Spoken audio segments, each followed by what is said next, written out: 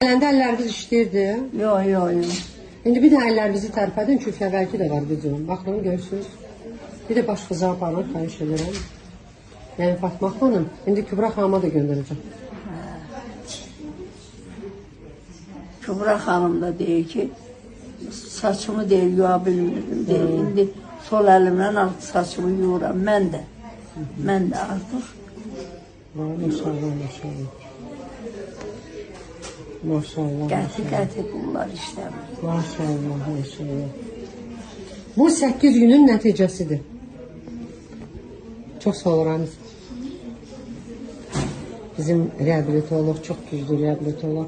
Çox əllərim. 5 il, 5 aydır ars reabilitasiyası açılandan bizimlədir. Qorxmuşdum. Ya maşallah. Parmaklarım işləmir. Neçə insanları ramiz veriliblər burada.